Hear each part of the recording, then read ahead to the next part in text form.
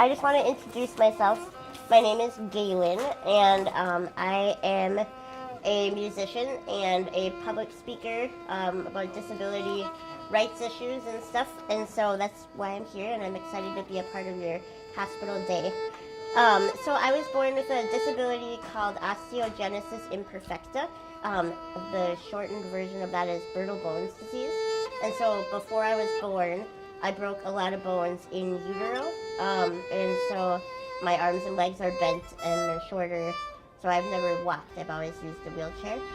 But I appreciate the fact that my parents they let me make my own decisions, and so they said, when you're ready, if you want to have the rotting surgery that could straighten out your arms and legs, you're welcome, like you can do that, but we'll let you decide. And I actually decided not to do it because I had a really happy childhood and I was very active and I didn't really want to be in the hospital a lot. So I decided, and wheelchairs are getting better and better and technology is getting better, and so I actually decided not to have any of the operations. I have had a big spinal fusion to keep my spine sturdy and healthy, because I needed my lungs to have enough room to work.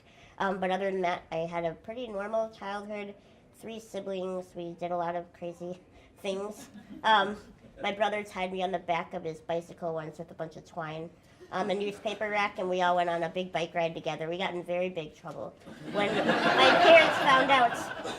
But that's sort of the kind of stuff, I just had a fun time hanging out with my siblings. And so when I was 10, the orchestra came to our school, and I remember thinking that I just loved the way that it sounded. And so I went home and I told my mom, next year I want to do orchestra. And she just kind of said, okay. And, nobody really knew how it was going to work out. So the next year we went into 5th grade and I signed up for orchestra. And luckily the teacher there was very open-minded and just helped me adapt. So I wanted to do the cello, but it was too big. It's the one that's up and down. It's very large. And then I tried the violin, but I couldn't get it up on my shoulder because my arms are short.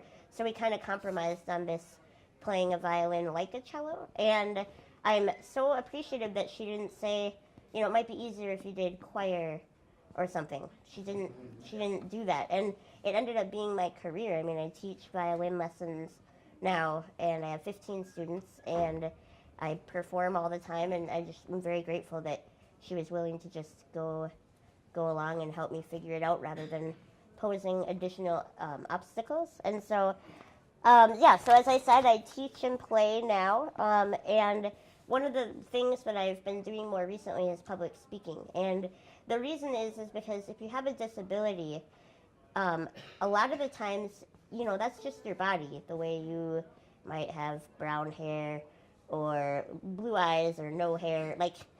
As we age, everybody just kind of gets used to the body that they're in. So to me, that hasn't been a big part of my consciousness at all moments. But what is a big deal is that a lot of places aren't accessible. Or transportation isn't accessible, or there's legislation. Like when I got married to my husband, who's back there, I lost my Social Security money because they have very low bars for what you can earn, and all of a sudden I don't qualify for anything.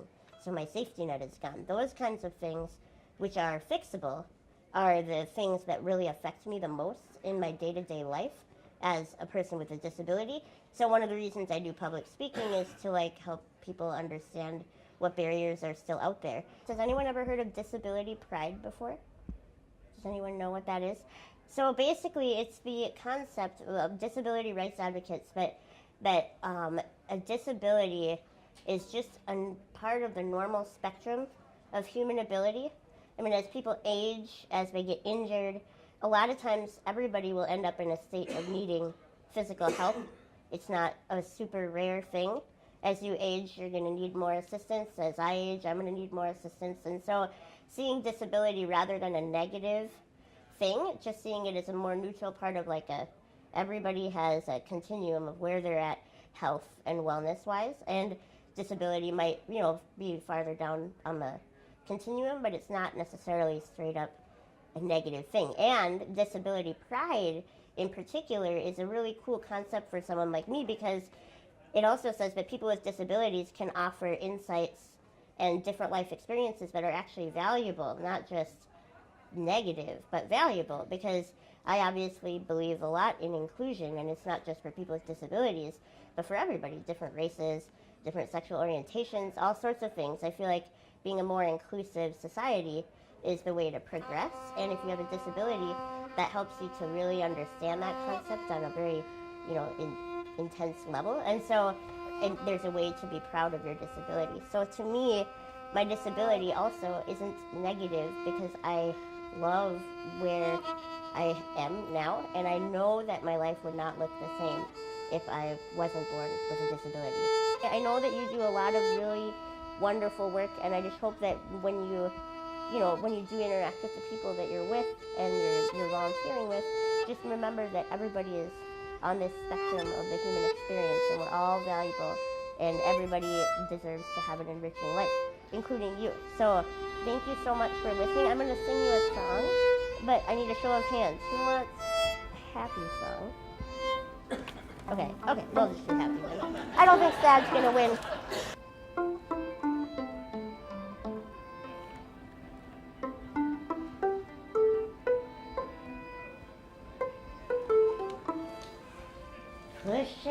Pushing up through the dirt just like a seed, but you're never quite a flower.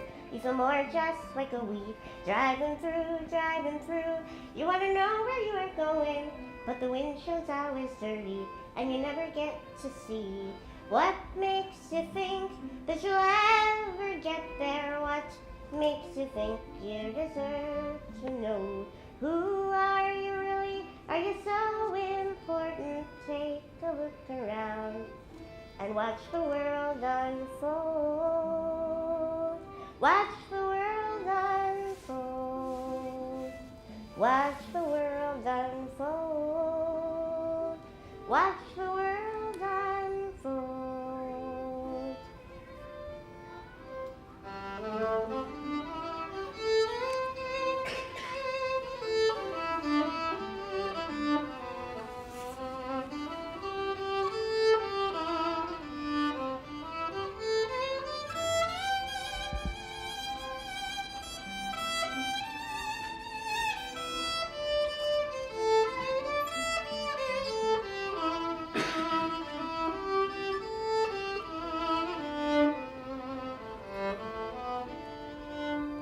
Need advice, you have no clue what you're doing. Moral compass, it is spinning, an identity unhinged. Where to turn? There's so many opinions, and they're all a little different, and the outlook's getting dim. What makes you think that you'll ever get there? What makes you think you deserve to know?